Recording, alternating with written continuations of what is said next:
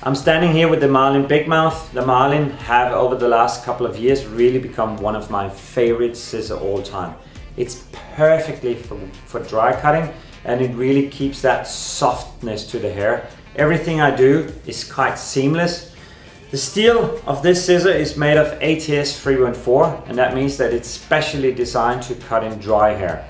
Wet hair, of course, you can use it, but in dry hair, that's where you really get the function of that type of scissor here.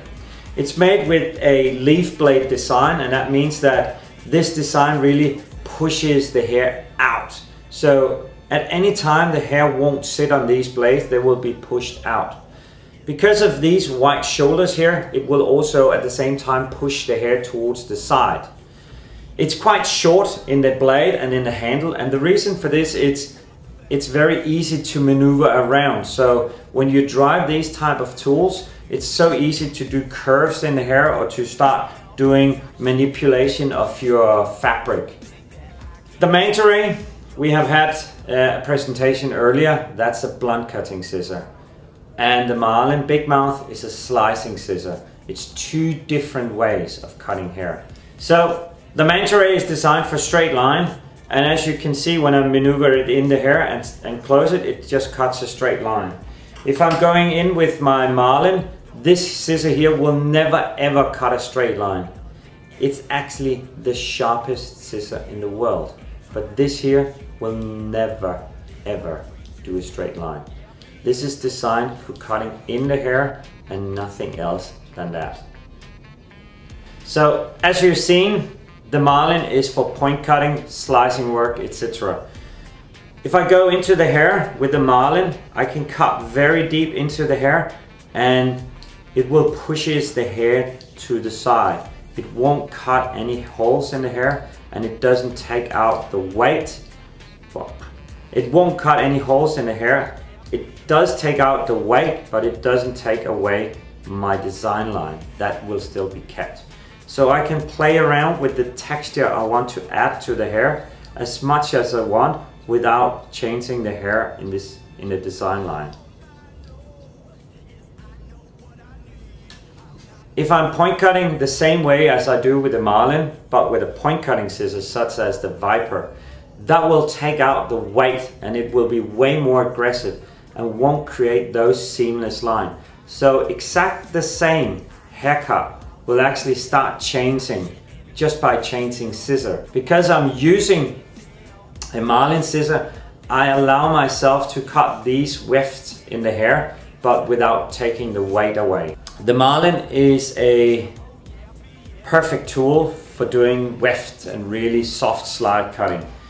With this, again, as it pushes out the hair, I can go in and I can take the weight out, but again, it's all seamless because as you can see, the hair is being pushed forward. So at any time, it won't create any strong interior lines in the hair. And that means that I can go in and I can take bulk away and I can create seamless texture that just blends in the hair.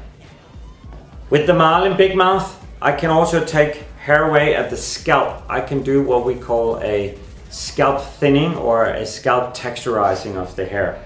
Because it's still pushing the hair out, as we explained before, this scissor here won't create any lines in the hair. So I can go straight on the scalp as a freehand technique, and I can drive my scissor around from 45 degrees to 0 degrees, and I can bring that weight out and create soft texture and separation of the hair.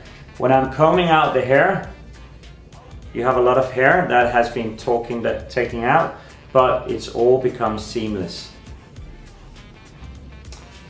When you have a haircut and you want to create softness throughout the mid-length and the ends, you can also drive it into C-curve sliding. I pick up a section, hold it tight, and then I add my scissor into my hair in a 45-degree angle, and I carve it around like this. Maneuver it very soft and gentle. This will release weight, but it won't change, again, anything to the... If you have a haircut and you want to create a bit more volume in the hair, but you don't want to have any layers towards the top, you can pick up a section, on top of your recession line. And now we can work underneath our hair with tiny sections at a time, closing our blade every time we hit. And because the hair is being pushed out of the blade, it doesn't touch that top section up here. It's just cutting underneath. And you can see how the hair is being released under when I'm cutting, going through my section. The amount of hair that you release, it really depends on your individual client. Here you can see how it becomes soft and give a bit more volume to the hair, but without creating any lift on the texture. When you have a straight line, for example in a bob, or it could be in a fringe, or it could be on the undercut part, and you want to soften these ends, the Marlin can be used as a softening tool. I take up the section and I lock it into my comb, give myself room enough so I have space for the blade, and I walk my scissors straight into the hair.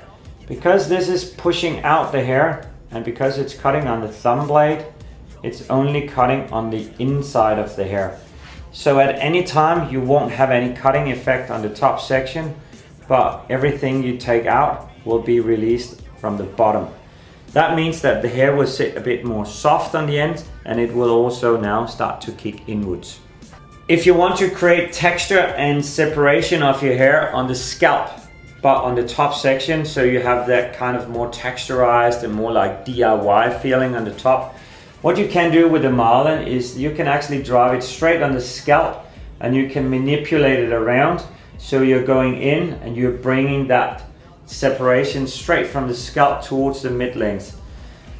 When you're combing out, you won't see any cutting effect on the scalp. It will all be seamless, but what's happening is that the hair will start to being separated, and that means when you start applying a few products in, you have that texture sitting there.